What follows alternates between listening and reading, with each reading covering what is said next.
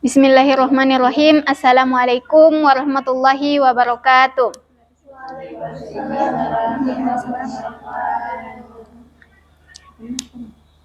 Baiklah, kita akan melanjutkan pembahasan materi tentang hadis ke-19, membersihkan karat di hati dengan membaca Al-Quran.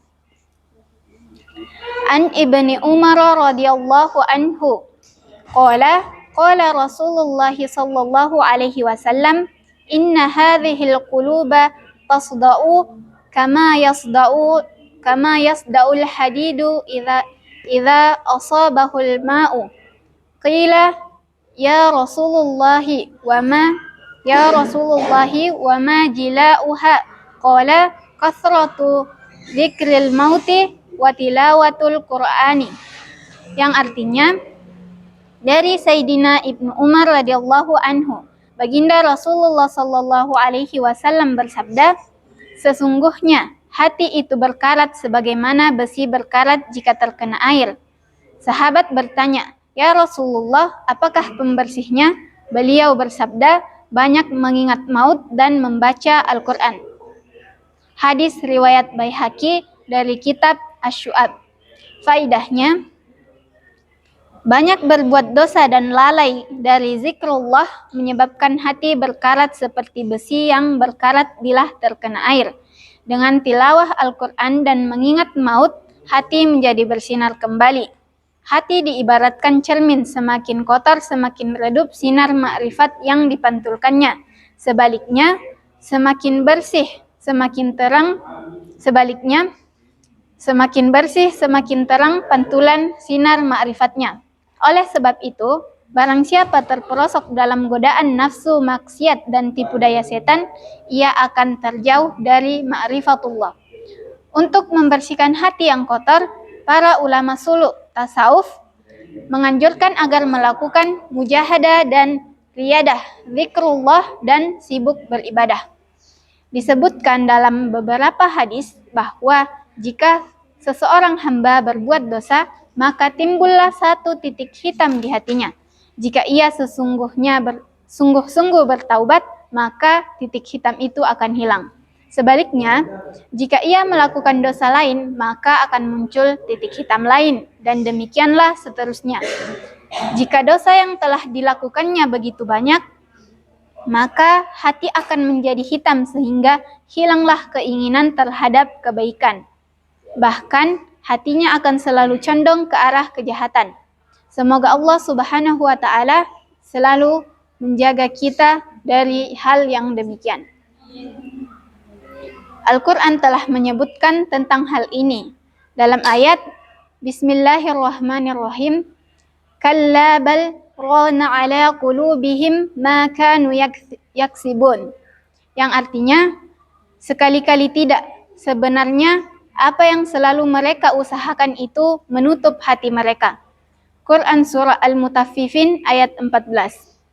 Baginda Rasulullah sallallahu alaihi wasallam bersabda, aku tinggalkan bagimu dua nasihat. Yang satu berbicara dan yang lain diam. Yang berbicara itu Al-Quran dan yang diam itu mengingat maut. Nasihat-nasihat beliau itu akan bernilai bagi mereka yang siap menerima dan menganggapnya penting.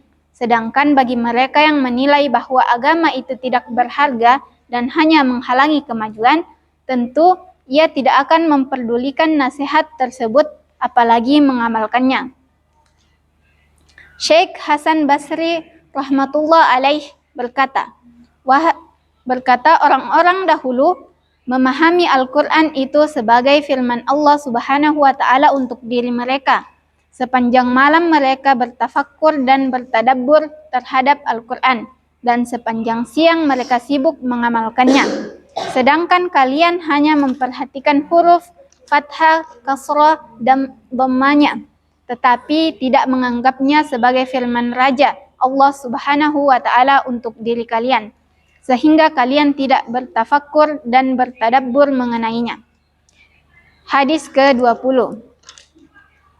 An Aisyah radhiyallahu anhu qalat, qala Rasulullah sallallahu alaihi wasallam, Inna likulli syai'in syarafan yatabahawna bihi wa inna baha'an ummati wa syarafahal Qur'ana.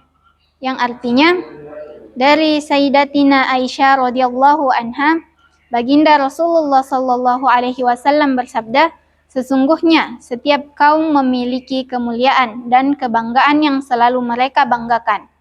Sesungguhnya kebanggaan dan kemuliaan umatku adalah Al-Quran. Hadis riwayat Abu Nuaim dari kitab Al-Hilyah. Faidahnya, banyak orang yang membanggakan keturunan, keluarga, dan lain-lain sebagai kebesaran dan kemuliaan mereka. Sedangkan kebanggaan bagi umat ini adalah Al-Quran, yaitu membaca, menghafal, mengerjakan, dan mengamalkannya. Setiap amalan merupakan sesuatu yang patut dibanggakan. Betapa tidak, Al-Quran adalah kalamullah, zat yang paling kita cintai. Al-Quran adalah firman Allah Subhanahu wa Ta'ala yang di dunia ini tidak ada satu kebesaran pun yang dapat menyamainya. Kehebatan dunia, jika tidak kini, suatu ketika pasti akan binasa. Sedangkan kesempurnaan kalamullah adalah selama-lamanya dan tidak akan pernah hilang.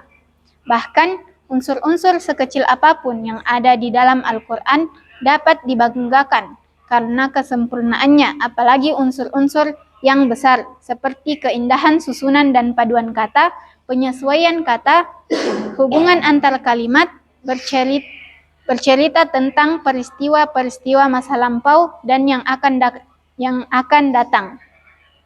Celaan terhadap tingkah laku sekelompok manusia yang tidak mungkin bisa dipungkiri. Misalnya, celaan untuk kaum Yahudi yang menyatakan cintanya kepada Allah Subhanahu wa Ta'ala tetapi enggan mati.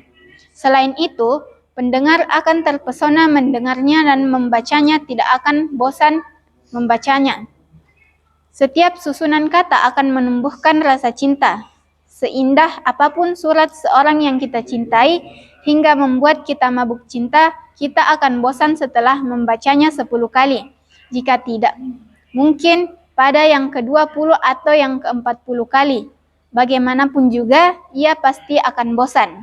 Sementara Al-Quran, jika kita menghafal satu ruku, batas-batas tertentu dalam mushaf Al-Quran yang ditandai dengan huruf Ain, kita tidak akan bosan membacanya. Meskipun untuk ke-200 atau ke-400 kalinya, bahkan selama hidup kita tidak akan merasa bosan. Bila ada sesuatu yang menghalangi kita, itu hanya bersifat sementara dan pasti akan hilang. Semakin sering membacanya akan semakin lezat dan nikmat. Begitu hebatnya keistimewaan Al-Quran, sehingga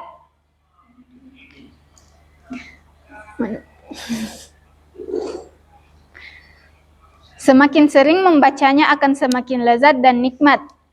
Sehingga seandainya ada perkataan selain Al-Quran yang memiliki satu saja keistimewaan tersebut, betapa dibanggakan. Apalagi jika seluruh keistimewaan itu ada dengan sempurna, tentu akan lebih membanggakan lagi.